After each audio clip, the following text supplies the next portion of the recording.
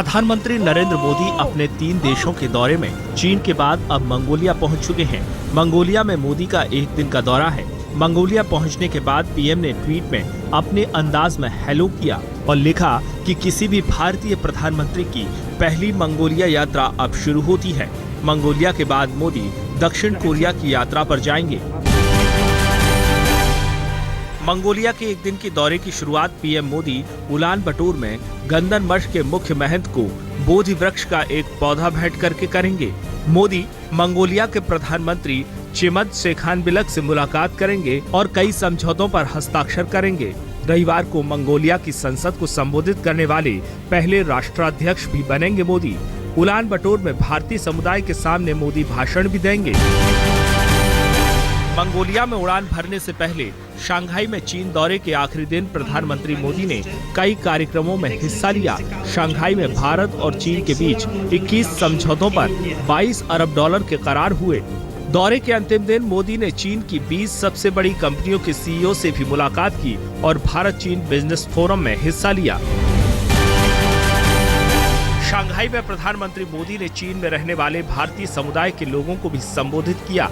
मोदी ने कहा कि पिछले 1 साल में हिंदुस्तान के प्रति विदेश में नजरिया बदला है। देश में भी विकास ने रफ्तार पकड़ी है और विपक्ष की आशंकाओं को गलत साबित किया है। गुजरात के बारे कौन पहचानता है? ठीक है, गुजरात में उसकी गाड़ी चलती है, कौन जानता है? यही कहते थे ना, सब लोग यही कहते थे। वैसे मेरी जो आलोचना होती थी ना, वो सही थी, लेकिन आलोचना सही थी, आशंका सही नहीं। शंघाई में प्रधानमंत्री मोदी ने इशारों में ही राहुल गांधी पर भी निशाना साधते हुए कहा कि जब मैं देश से बाहर जाता हूं तो काम करता हूं, न कि दूसरों की तरह हमले करता हूं जो खुद देश से गायब रहते हैं। इससे पहले राहुल ने संसद में मोदी के विदेशी दौरों पर सवाल उठाए थे।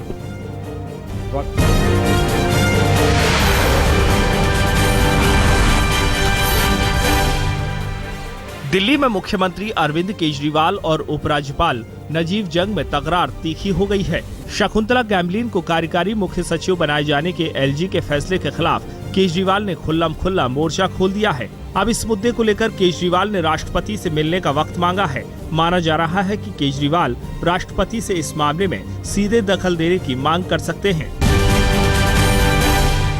दिल्ली के उप मुख्यमंत्री मनीष सिसोदिया ने कहा है कि बीजेपी एलजी के बहाने तख्ता पलट की कोशिश में है। सिसोदिया ने शकुंतला गैमलीन की नियुक्ति को असंवैधानिक ठहराया है और कहा है कि राज्य सरकार से कोई बातचीत नहीं हुई है। केजरीवाल और नजीब जंग की जंग में आप नेता कुमार विश्वास भी कूद पड़े हैं। विश्वास ने ट्वीट करके केंद्र सरकार पर निशाना साधते हुए लिखा है कि एक आदमी को सच में काम करता देखकर आपके मन में कितनी खलबली है साहिब, ऐसे जंग नहीं जीत पाओगे। कार्यवाहक मुख्य सचिव शकुंतला गैमलीन की नियुक्ति को लेकर केजरीवाल ने उपराज्यपाल को चिट्ठी लिखी है और शकुंतला गैमलीन को हटाने की मांग की है। उपराज्यपाल को लिखी चिट्ठी में केजरीवाल ने संविधान के दायरे में रहकर काम करने का हवाला दिया है। उधर सीएम की चिट्ठी पर एलजी ने जवाब दिया है कि वे अपनी जिम्मेदारियों के प्रति सजग हैं और उन्हें भी संविधान की जानकारी है। देश भर में तेल की बढ़ी कीमतों के खिलाफ आम आदमी पार्टी आज पूरे देश में प्रदर्शन करेगी। पार्टी की कई इकाइयां और कार्यकर्ता शहर के अहम ठिकानों पर मार्च निकालेंगे। इधर दिल्ली में मुख्यमंत्री केजरीवाल ऑटो संवाद कार्यक्रम में ऑटो रिक्शा चालकों से रूबरू होंगे।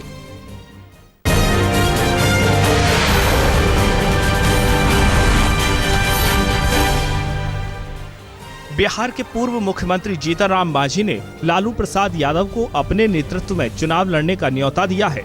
मांझी ने लालू को कहा है कि नीतीश के फंदे को छोड़ मेरे नेतृत्व में चुनाव लड़े लालू तो हमें उनका साथ मंजूर है। नीतीश के साथ रहने पर लालू सुनेंगे सिर्फ नीतीश की बात। जेडीयू और आरजेडी के बीच सीटों के बंटवारे की लड़ाई में मांझी ने आरजेडी का साथ देते हुए कहा कि 2014 के चुनाव का प्रदर्शन सीट बंटवारे का आधार होना चाहिए। पटना के मुख्य डाकघर में केंद्रीय मंत्री रविशंकर ने एटीएम डाकघर का उद्घाटन किया। इस दौरान उन पर बिहार सरकार के बिजली मंत्री ब्रजेंद्र यादव ने जमकर तंज कसा। ब्रजेंद्र यादव ने चुटकी लेते हुए कहा कि बिहार में जन्मे शेरशाह सूरी ने देश में घोड़े पर चिट्ठी बंटवाकर पोस्ट ऑफिस की शुरुआत की थी। दूसरे बिहार के नेता रविशंकर जी हैं, जो पोस्टल डिपार्टमेंट को आधुनिक बनाकर इतिहास रच रहे हैं, जिससे शेरशाह सूरी के बाद लोग रविशंकर जी का नाम लेंगे। भूमि अधिग्रहण बिल को लेकर शिवसेना के कार्यकारी अध्यक्ष उद्धव ठाकरे ने बीजेपी का विरोध किया है और कहा है कि भूमि अधिग्रहण के खिलाफ है शिवसेना। महाराष्ट्र की जैतापुर परमाणु ऊर्जा परियोजना का भी शिवसेना ने विरोध किया है। शिवसेना का कहना है कि दुनिया में परमाणु संयंत्र बंद हो रहे हैं और मंत्रिमंडल एक बार जापान के फुकुशिमा की स्थिति क्या है ये जानने के लिए वहां का दौरा करे। पश्चिम बंगाल की बीजेपी नेता रूपा गांगुली ने केंद्रीय मंत्री बाबुल सुप्रियो की आलोचना की है। रूपा ने कहा है कि बाबुल जब गाड़ी में सीएम ममता बनर्जी के साथ घूम सकते हैं तो फिर उनसे ये क्यों नहीं पूछ सकते कि वो हमारी पार्टी के खिलाफ क्यों खतरनाक हमले करती हैं।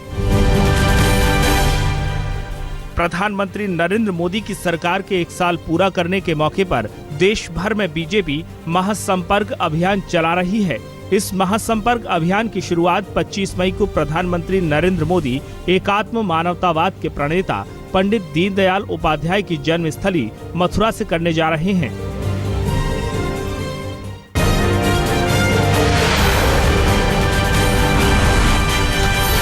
बिहार की लाइफलाइन कहे जाने वाले महात्मा गांधी सेतु पर आए दिन लगने वाले जाम से बिहार के मुख्यमंत्री नीतीश कुमार ने भी हार मान ली है। तभी 6.25 किलोमीटर लंबे इस पुल को पार करने के लिए नीतीश को हेलीकॉप्टर का सहारा लेना पड़ा। दरअसल नीतीश कुमार को सड़क मार्ग से पटना से मधुबनी जाना था, लेकिन गांधी सेतु को सड़क मार्ग से पार करने की हिम्मत वो नहीं उठा पाए और हेलीकॉप्टर से हाजीपुर उतरे। बिहार के समस्तीपुर रेल मंडल में आरक्षण लिपिक की गिरफ्तारी के विरोध में रेल कर्मी हड़ताल पर चले गए, जिसकी वजह से 4 घंटे तक पूरे रेल मंडल में रेल यातायात के साथ साथ आरक्षण केंद्र बुकिंग काउंटर भी ठप हो गया। सीबीआई की टीम ने आरक्षण लिपिक को गैर कानूनी तरीके से रेल टिकट बनाने के आरोप में गिरफ्तार किया था, जिसके विरोध में हड़ताल की गई। बाद में डीआरएम और लिपिक संघ के बीच हुई बातचीत के बाद हड़ताल खत्म हुई। तेल कीमतों में बढ़ोतरी के खिलाफ पटना के डाक बंगला चौराहे पर कांग्रेसी कार्यकर्ताओं ने प्रधानमंत्री नरेंद्र मोदी का अर्थी जुलूस निकाला। कांग्रेस युवा मोर्चा के प्रदेश अध्यक्ष ने कहा कि नरेंद्र मोदी ने देश और बिहार की जनता से अच्छे दिनों का जो वादा किया था वो उसे पूरा करें और लोगों को भ्रमित न करें। मुरादाबाद में भी कांग्रेस ने पेट्रोल डीजल की बढ़ी हुई कीमतों के खिलाफ प्रदर्शन किया। जयपुर में यूथ कांग्रेस ने तेल की कीमतों में बढ़ोतरी का सड़कों पर विरोध किया, जबकि मुंबई में एनसीपी के कार्यकर्ताओं ने इजाफे के खिलाफ केंद्र के खिलाफ नारे लगाए और प्रदर्शन किया। आईपीएल टीम मुंबई इंडियंस की मालकिन नीता अंबानी ने शिरडी में साईं के दर्शन किए। नीता अंबानी ने मंदिर में धूप आरती में हिस्सा लिया। नीता के साथ बेटे अनंत अंबानी भी थे। आज उनकी टीम मुंबई इंडियंस का हैदराबाद के खिलाफ अंतिम 4 में पहुंचने के लिए करो या मरो का मैच भी है।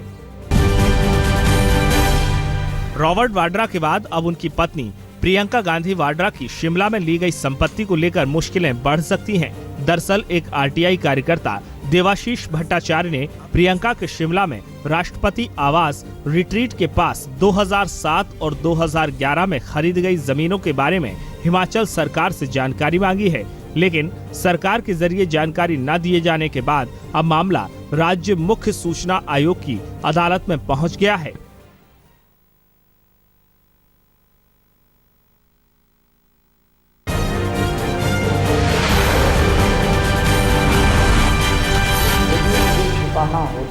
रांची में प्लॉट आवंटन को लेकर उठा विवाद थमने का नाम नहीं ले रहा है।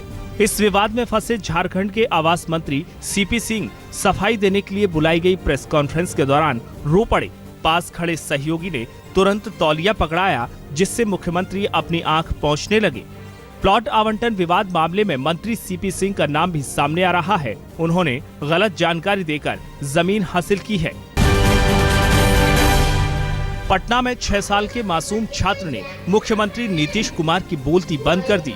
एक कार्यक्रम के दौरान बच्चे ने अपने भाषण में शिक्षा व्यवस्था को लेकर ऐसे तीखे सवाल उठाए जिसका जवाब सीएम के पास भी नहीं था और वो मंच पर बैठे सिर झुकाकर सिर्फ मुस्कुराते रहे।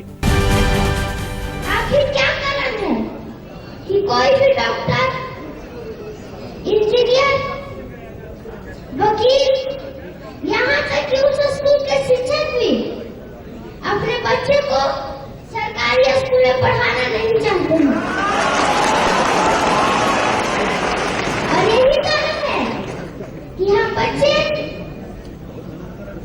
हीरो होने का शिकार हो जाते हैं। बिहार के समस्तीपुर में कल शाम आए भूकंप के झटके से एक शादी के दौरान दूल्हा सहित बाराती पंडाल से निकल भागे। डर की वजह से 1 घंटे के बाद निकाह फरमाया गया। मामला जिले के गोवारी गांव का है। पूर्वी उत्तर प्रदेश के चंदौली में आंधी तूफान की वजह से एक महिला समेत 3 लोगों की दर्दनाक मौत हो गई, जबकि एक अन्य गंभीर रूप से घायल हो गया। तूफान इतना तेज था कि जिले के कई इलाकों में भारी भरकम पेड़ गिर गए। पेड़ गिरने से 2 लोगों की दबकर मौत हो गई, जबकि एक शख्स की मौत दीवार गिरने से हुई। कोलकाता में भी कल मूसलाधार बारिश हुई। कई इलाकों में जल जमाव की स्थिति पैदा हो गई, लेकिन अचानक आई बारिश से शहर के लोगों को गर्मी और उमस से राहत भी मिली।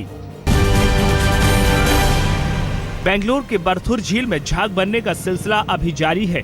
झाग फैलकर सड़कों पर भी आ चुका है। लोगों ने उन रास्तों से आवाजाही भी कम कर दी है।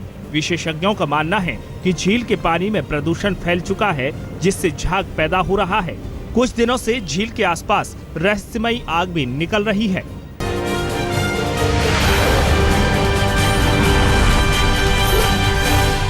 सेंट्रल दिल्ली के पौष इलाके राजेंद्र नगर के एक रेस्टोरेंट में पुलिस के साथ मुठभेड़ में एक बदमाश मनोज ढेर हो गया। पुलिस की स्पेशल सेल को मनोज के आने की सूचना मिली थी और मौके पर पहुंची पुलिस टीम जैसे ही रेस्टोरेंट में दाखिल हुई, मनोज ने फायरिंग शुरू कर दी। पुलिस की जवाबी कार्यवाही में मनोज मारा गया। After identifying the criminal, he identified himself as well, that he is from the police. The man and the inspector caught him. The other policeman also helped him, but in the meantime, the criminal by the time had taken out the pistol. मारे गए मनोज के परिवार ने Delhi police पर आरोप लगाया है कि उसका फर्जी एनकाउंटर किया गया है। मनोज की पत्नी प्रियंका ने बताया कि उनके पास हाईकोर्ट का आदेश है, जिससे ये साबित होता है कि मनोज पर अब कोई केस नहीं था। घर वालों का कहना है कि मनोज यहाँ कुछ लोगों के साथ राजनीतिक मीटिंग करने आया था और पुलिस ने उनका कत्ल कर दिया। हाईकोर्ट से रिपोर्ट भी हमारे पास कोई भी इनके खिलाफ कोई एफआईआर कुछ भी नहीं है। फिर आज कहाँ से रिवॉर्ड भी हो गया, सब कुछ हो गया। पुलिस यहाँ पर पुलिस का कहना है मामले दर्ज थे इन पर। मुझे नहीं जो उनके यहाँ से रिपोर्ट आई है वो ये आई है कि हमारे पास कोई भी नहीं था। मैं रिपोर्ट की कॉपी दे दूंगी। पुलिस का ये कहना है हाईकोर्ट में मैंने एप्लीकेशन लगाई थी कि ये लोग सड़क पे तंग करते हैं। मध्य प्रदेश के टीकमगढ़ जिले में एक महिला को सिर्फ इसलिए जिंदा जला दिया गया क्योंकि उसने अपने ससुर के कहने पर 500 रुपए देने से इनकार कर दिया। सोमवती के ससुर गब्बू अहिरवार ने अपने दोस्त से कर्जा लिया था। जब दोस्त पैसे मांगने आया तो गब्बू ने अपनी बहू से पैसा देने को कहा। सोमवती के मना करने पर उसने गुस्से में मिट्टी का तेल डालकर उसे आग लगा दी। गुजरात के दाहोद जिले के गरबाड़ा में शादी के बाद लौट रही बारात पार्टी को लुटेरों ने जमकर लूटा। हैरानी की बात ये रही कि बदमाश अपने साथ दुल्हन को भी ले भागे। 15 से 18 तोले सोने की लूट बताई जा रही है। लूट और अपहरण की इस वारदात की पुलिस जांच कर रही है। कोलकाता के प्रतिष्ठित सेंट जेवियर्स कॉलेज में फर्स्ट ईयर के एक स्टूडेंट ने खुदकुशी कर ली। हॉस्टल की छत से कूदकर छात्र ने अपनी जान दे दी। सौविक सिन्हा नाम का छात्र पटना का रहने वाला था। हालांकि घटना स्थल से कोई सुसाइड नोट नहीं मिला है। पुलिस मामले की छानबीन कर रही है। दिल्ली में बीच सड़क पर कार सवार पर कई राउंड फायरिंग की गई। ड्राइवर सीट पर बैठे शख्स की मौके पर ही मौत हो गई। हमलावर स्कूटी पर सवार था। कार सवार के पास बैठी महिला को भी हाथ में गोली लगी है। गोली का शिकार हुआ शख्स एक केस में गवाह था, लिहाजा पुलिस को आशंका है कि गवाही के मामले में ही ये हत्या हुई है।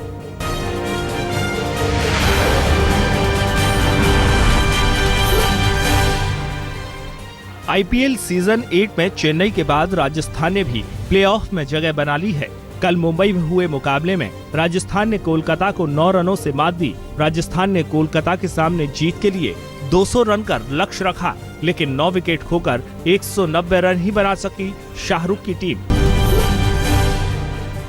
राजस्थान की ओर से कप्तान शेन वॉटसन ने तूफानी शतक जड़ा। 59 गेंदों पर 9 चौके और 5 छक्कों की मदद से वॉटसन ने 104 रन बनाए। वॉटसन को मैन ऑफ द मैच का अवार्ड दिया गया। कोलकाता की ओर से यूसुफ पठान ने सबसे ज्यादा 44 रन बनाए। आंद्रे रसेल ने भी 37 रनों की पारी खेली। अपने आखिरी लीग मुकाबले में चेन्नई ने शानदार जीत दर्ज की। मोहाली में किंग्स 11 पंजाब को चेन्नई ने 7 विकेट से शिकस्त दी। सीजन 8 के लीग मुकाबले में 18 अंकों के साथ चेन्नई अंक तालिका में सबसे ऊपर रहा। आज आईपीएल में सुपर संडे है। पहले मुकाबले में दिल्ली और बेंगलुरु की भिड़ंत होगी, जबकि हैदराबाद का अपने घर में ही मुंबई से मुकाबला होगा। अंतिम 4 में जगह बनाने के लिए हैदराबाद और मुंबई के लिए करो या मरो का मैच है, क्योंकि अब तक दोनों के 14 अंक हैं। बीसीसीआई ने आईपीएल फाइनल के लिए दक्षिण अफ्रीका और ऑस्ट्रेलियाई बोर्ड के प्रमुखों को न्योता भेजा है। 24 मई को कोलकाता के ईडन गार्डन में फाइनल मैच होगा।